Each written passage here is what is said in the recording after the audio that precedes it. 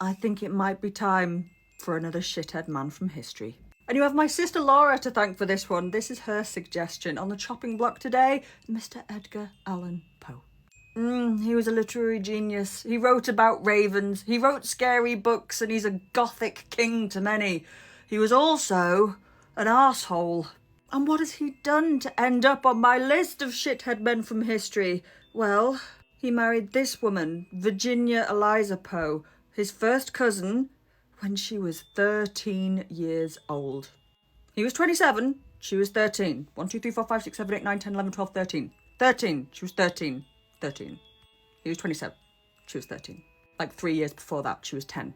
This is the only authenticated painting that we have of her, by the way, and this was done after she died, so she's actually dead here, so it's on brand, if nothing else. Now, the issue of her being his cousin, at the time, it wasn't as common as you might think it is, but it wouldn't have been a cause for people to be grabbing the pitchforks. The fact that she was 13 absolutely was. That was not normal, that was not usual, that was not common. And yes, the age of consent was 13 in the States, I think it was 12 or 13 in the UK. But the age of consent does not denote a norm. It does not denote a moral norm. For example, the age of consent here in the UK to this very day is 16 years old. 16. I'm okay with that, but if any of my friends started dating a 16-year-old, words would be fucking had. It's not the norm.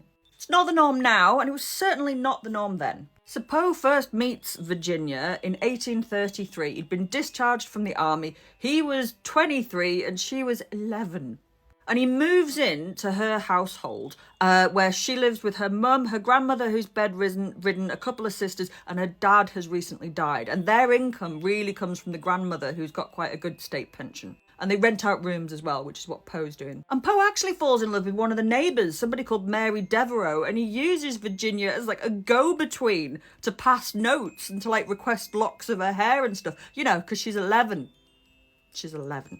But Mary Devereux can sense things are slightly off, and she's not interested in Poe, so she ditches him. And then disaster hits the family because the grandmother, whose pension is kind of supporting everybody, she dies. So Poe buggers off. And he goes to Richmond, Virginia, where he's going to make his name as a writer, and we know that he does. But around this time, he starts making it obvious that he wants to marry Virginia. And the family aren't crazy about this because, you know, she's a child. In fact, one of her other cousins, a guy called Nelson Poe, starts writing to Virginia's mother saying, look, don't get her married off. You don't have to do that. I'll look after her. Like, I'll put her through school. I'll train her. She's too young. Don't do it. At which point, Edgar Allan has a complete meltdown and writes this letter to Virginia's mother. I'm blinded with tears while writing this letter. I have no wish to live another hour. You know how I love Virginia passionately. Oh, auntie, you loved me once. How can you be so cruel now? You speak of Virginia requiring accomplishments and entering into society. You speak in so worldly a tone. Are you sure she would be more happy? Do you think that anyone could love her more dearly than I? So obviously, Virginia's mother doesn't think this is a great idea. Why? Possibly because her daughter's barely old enough to have a paper round.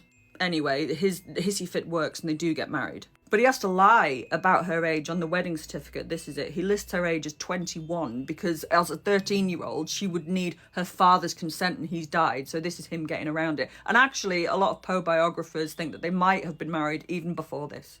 And I've heard all kinds of rationales and explanations as to what was going on in this marriage. People arguing that, like they were asexual, they were just like brother and sister, there was nothing physical, or nothing happened until she was actually 16, or that she definitely, there was no physical contact, he married a kid. Sorry, he's a nonce. That's what happened. And here's the kicker, he didn't even stay faithful to his child bride. In 1845, he gets into a right scandal with this woman. She's married, Frances Osgood, and this woman, Elizabeth Elliot, who is jealous of him and Osgood. And this whole kerfuffle kicks off about letters that they've all been sending one another, everyone demanding the letters back. Edgar Allan Poe ends up in a fist fight with somebody. It's just like bodies everywhere. And what's really sad is that Virginia was sent copies of these letters. She was written to, probably by this woman, like shit-stirring, basically, causing trouble, saying that her husband was cheating, which he might well have been. But it really, really upset her because, you know, she's a child. Virginia contracted tuberculosis and she had quite a long, drawn-out and protracted death. And as she lay lying on her deathbed, she actually blamed Elizabeth Elliot for the fact that she was dying, which isn't true. She didn't give her tuberculosis, but like the idea that she was so upset by it that this has contributed to her death. And she dies on January the 30th, 1847, after being ill for 5 years. And Poe is devastated, he's genuinely upset, he descends into alcoholism, all his mates worried that he's absolutely lost the plot and he's gone off the rails. I mean, not upset enough to stop him from trying to seduce scores of countless other women, but apparently he was quite upset. So there you go, Edgar Allan Poe. Very good poet, bit of a shit.